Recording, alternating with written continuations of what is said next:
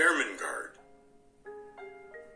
On that first morning, when Sarah sat in her seat, she had noticed very soon one little girl about her own age, who looked at her very hard, with a pair of light blue eyes. She was a fat child, who did not look as if she were clever, but she had a kind face.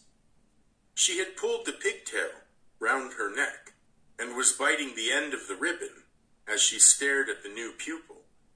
When Monsieur Dufarge began to speak to Sarah, she looked a little frightened, and when Sarah stepped forward and answered him, in French, the fat little girl grew quite red in her amazement.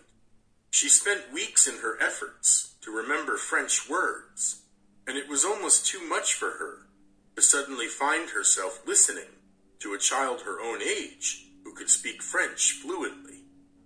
She stared so hard and bit the ribbon on her pigtail so fast that she attracted the attention of Miss Minchin, who was extremely cross at the moment. "Miss St. John," she exclaimed severely, "what do you mean by such conduct? Take your ribbon out of your mouth."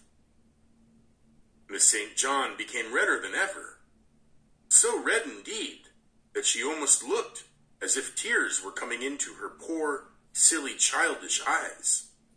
And Sarah saw her and was so sorry for her that she began to like her and want to be her friend.